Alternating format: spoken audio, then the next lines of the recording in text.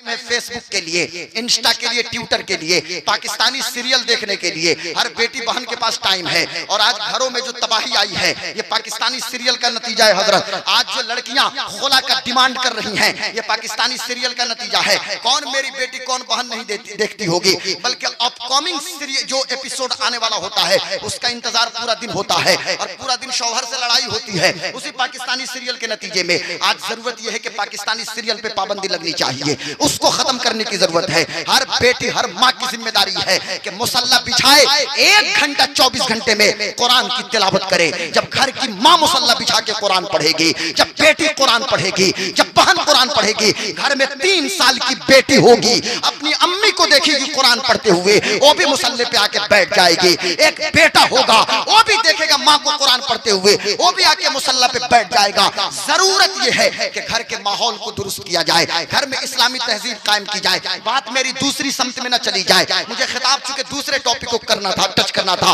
आज एक burning issue ये है हजरत अल्लामा आलमगीर साहब के बिला कि जिसको जो मर्जी है कुरान के हवाले से, हदीस के हवाले से तो छोड़िए, अपनी मर्जी से सहाबा किराम के खिलाफ जो मर्जी मुंह में आए बोलना शुरू कर देता है। कोई सिद्दीक अकबर के खिलाफ बोल रहा है, कोई नागपुर में बैठता है और अपनी चैनल नागपुर से चलाता है और नागपुर से अपनी चैनल चलाने के बाद वो हजरत सिद्दीक अकबर के खिलाफ बकवास करता है। कोई अपने मखदूमीन और अपने तमाम अकाबरीन से बगावत करके कोई फारूक आजम के खिलाफ बोल रहा है, यानी सहाबा किराम के खिलाफ जिसको जो मर्जी बोलना शुरू कर दे। मैं यहाँ कहना ये चाहता हूँ सहाबा की शान क्या है, सहाबा का मकाम क्या है, सहाबा की अजमत क्या है। आप आइए जरा कुरान तो पढ़िए। कायनात में अंबिया के बाद अल्लामा अफरोज साहब किबला बड़ी जिम्मेदारी के साथ बोलता हूँ, कायनात में अंबिया के बाद रसूलाने इस्लाम के बाद अगर सबसे अफजल कोई जमात है तो सहाबा की जमात है। ये मेरी बेटी को भी जानना पड़ेगा, ये मेरी बहन को भी जानना पड़ेगा, ये आपको भी जानना पड़ेगा। अकीदे का चैप्टर याद रखिएगा,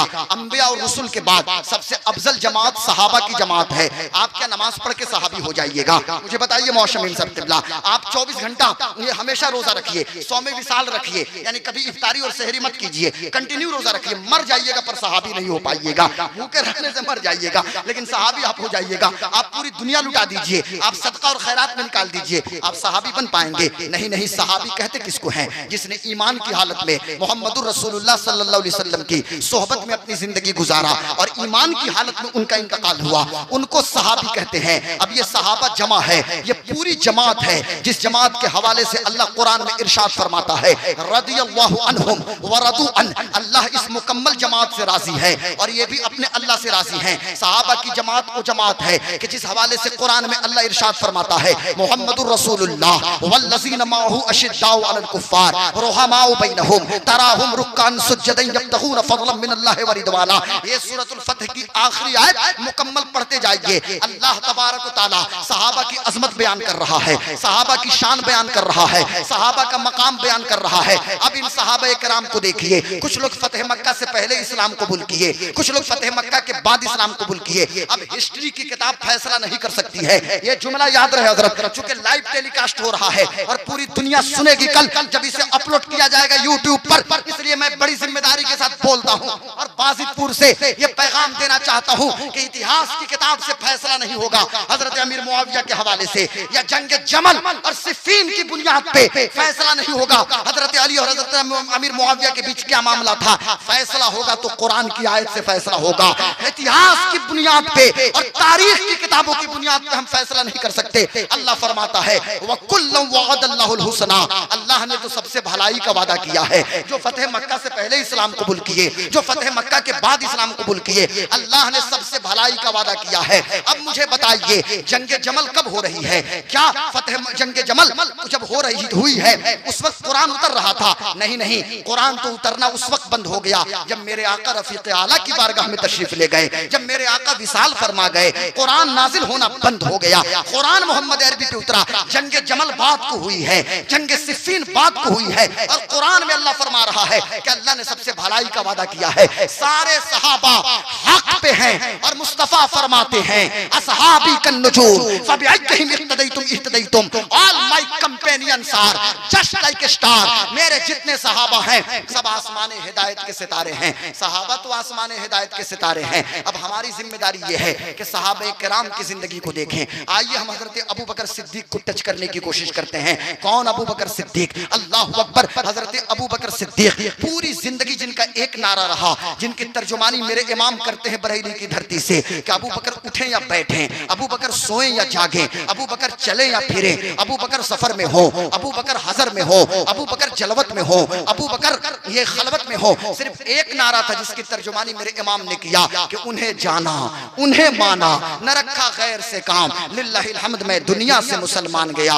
वो सहाबा का मकाम इतना क्यों बुलंद हुआ? हुजूर से मोहब्बत की बुनियाद पे, हुजूर से लगाव की बुनियाद पे, हुजूर से अकीदत की बुनियाद पे, हुजूर से इश्क की बुनियाद पे। अब जरा एक दो मिसाल मैं देता हूं और गुफ्तगू खत्म करने की कोशिश करूंगा। चूंकि ये उलमाए किराम बहुत देर से स्टेज पे बैठे हुए हैं, शायद कि कुछ लोग खाना भी खाए होंगे या नहीं भी खाए होंगे। मैं तो 10 बजे आया, खाना खाया और खाकर मैं सो गया, तो मैं तो इस वक्त बहुत फ्रेश हूँ, पूरे दिन के लिए फ्रेश हूँ। रात में फिर खिताब मुझे करना है, आज रात में मैंने आज रात बोले तो अब 30 की रात हो गई। आज यहाँ तकरीर हो रही है, फिर कहीं जाके तकरीर करनी है। मैं अर्ज ये कर रहा था मेरे दोस्तों, मेरे बुजुर्गों, मेरे भाइयों, पूरी जिंदगी सहाबा का एक नारा रहा, अल्लामा फरोज साहब किबला, उन्हें जाना, उन्हें माना। आइए एक एक मिसाल हम पेश करते हैं। एक मिसाल सिद्दीक अकबर से। कौन सिद्दीक अकबर? सिर्फ आईपीएल का मैच जानिएगा कि के ये नाइट राइडर्स और क्या क्या और सनराइजर्स, इसी को सिर्फ जानिएगा।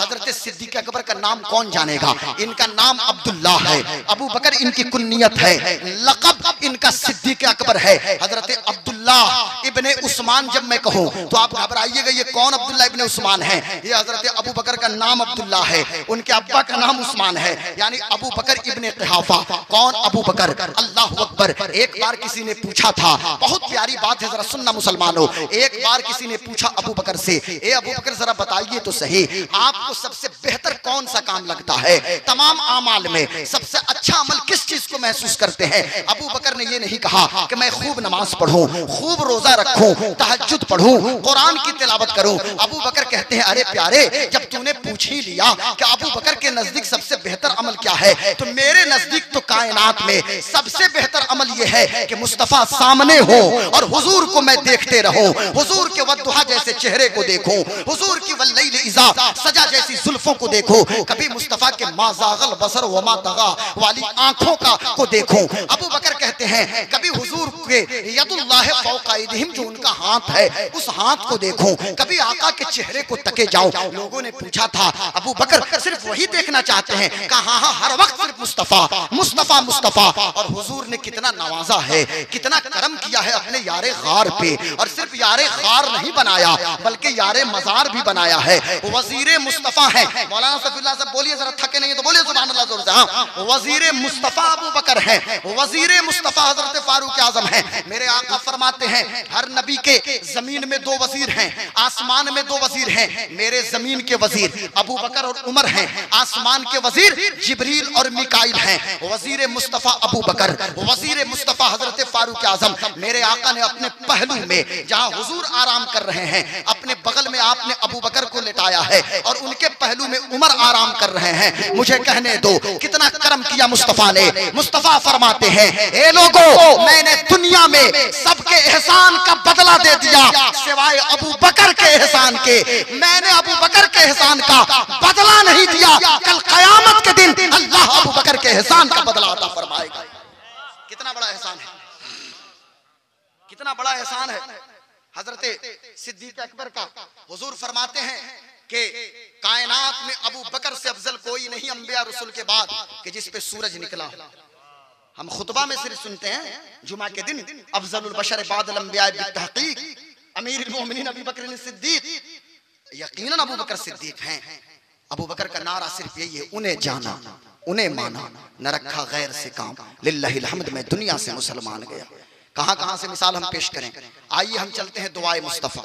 तलबे मुस्तफ़ा, मुरादे मुस्तफ़ा, यारे मज़ारे मुस्तफ़ा हजरत सैयदना सरकार फारूक आज़म की बारगाह में कौन उमर, मुझे बताएं कौन उमर, दुआए मुस्तफ़ा उमर, कौन उमर, तलबे मुस्तफ़ा उमर, कौन उमर, यारे मज़ारे मुस्तफ़ा उमर, इस्लाम की इज्जत और वक़ार उमर है हजरत उमर फारूक सैयदना सरकार फारूक आज़म। अल्लाह अकबर हर वक्त नारा है, उन्हें जाना उन्हें माना, न रखा गैर से काम। और इस नारा की अमली अगर तफसीर देखनी है और अगर अमली तौर से इसे देखना है तो चलो हरम के अंदर चलते हैं। हजरत फारूक आज़म काबे का तवाफ कर रहे हैं। अल्लामा अफरोज साहब क़िबला हज के अय्याम हैं, अय्याम हज में पूरी दुनिया के मुसलमान, हज के दिनों में पूरी दुनिया के मुसलमान कहां पहुंचते हैं? मक्का शरीफ पहुंचते हैं। अभी हज की फ्लाइट शुरू है, लेकिन अफसोस के साथ कहना पड़ता है सीवान से कितने मुसलमान हज पे जा रहे हैं? इस बार कितने मुसलमान हज पे गए मुझे बताइए। हमारे मोहतरम दोस्त मौलाना वसीम अकरम रज़वी साहब क़िबला आज वो तशरीफ ले गए हैं, कल की उनकी फ्लाइट है मदीना मुनव्वरा के लिए। लेकिन मैं पूछना चाहता हूँ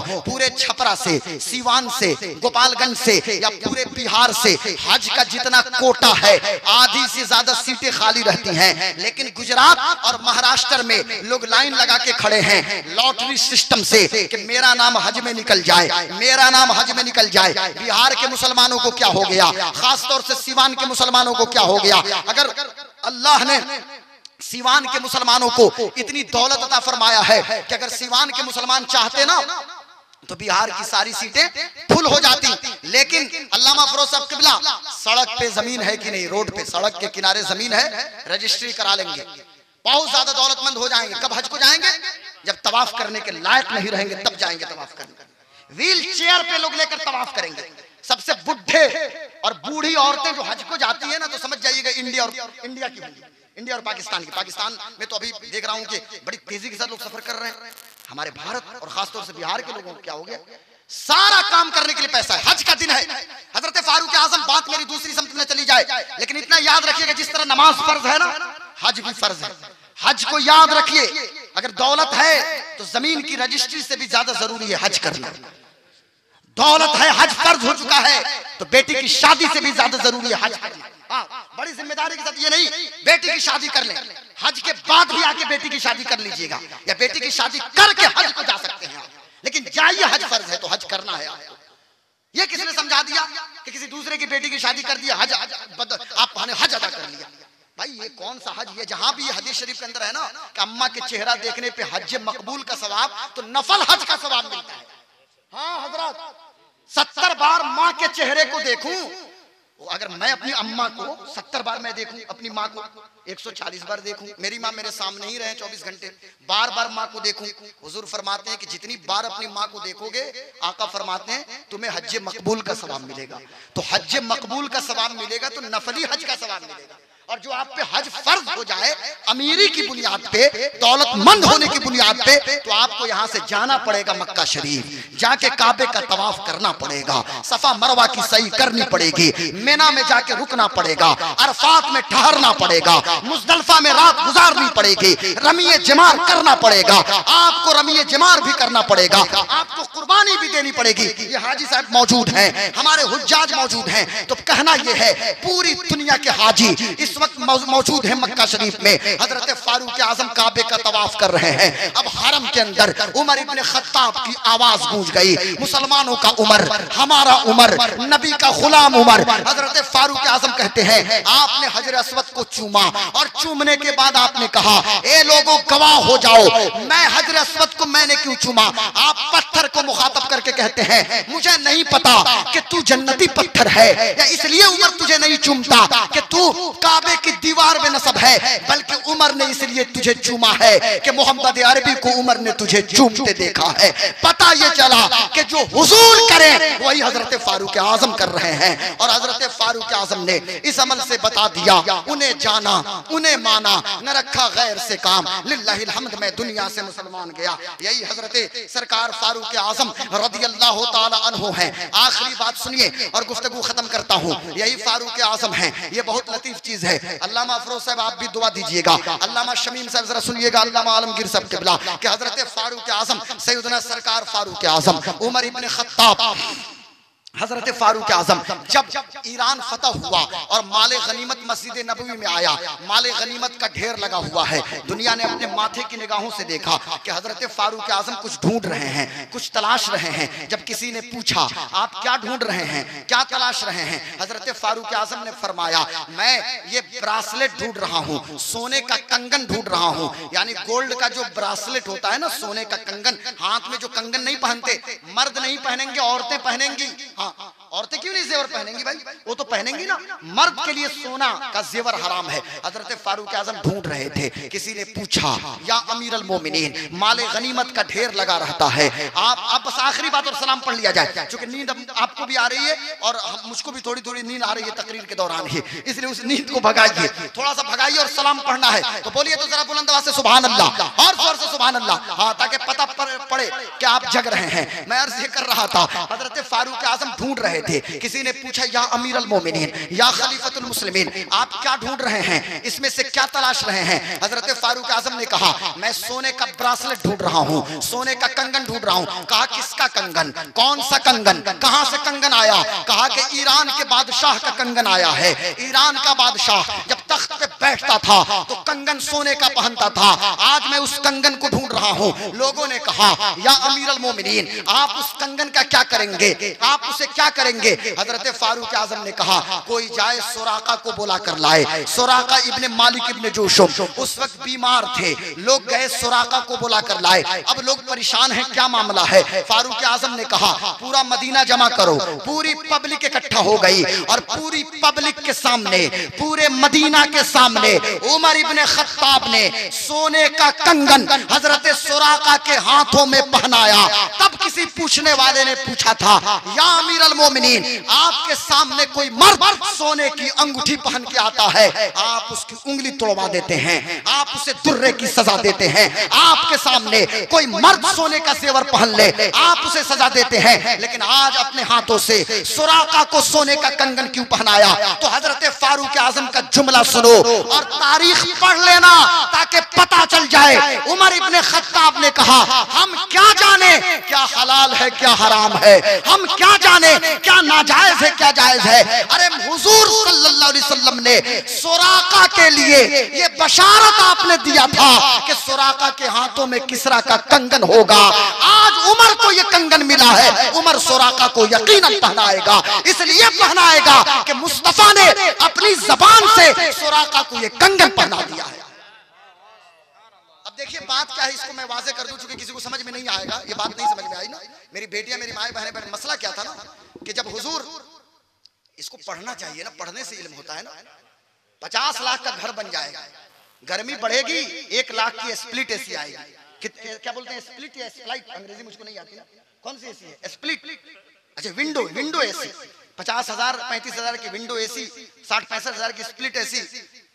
लेकिन कम से कम एक रूम 50 लाख के घर में लाइब्रेरी भी एक होनी चाहिए, जहां ड्राइंग रूम है, गेस्ट रूम है, लाउंज है, तो मेहमान खाना है, औरतों का बैठक अलग है।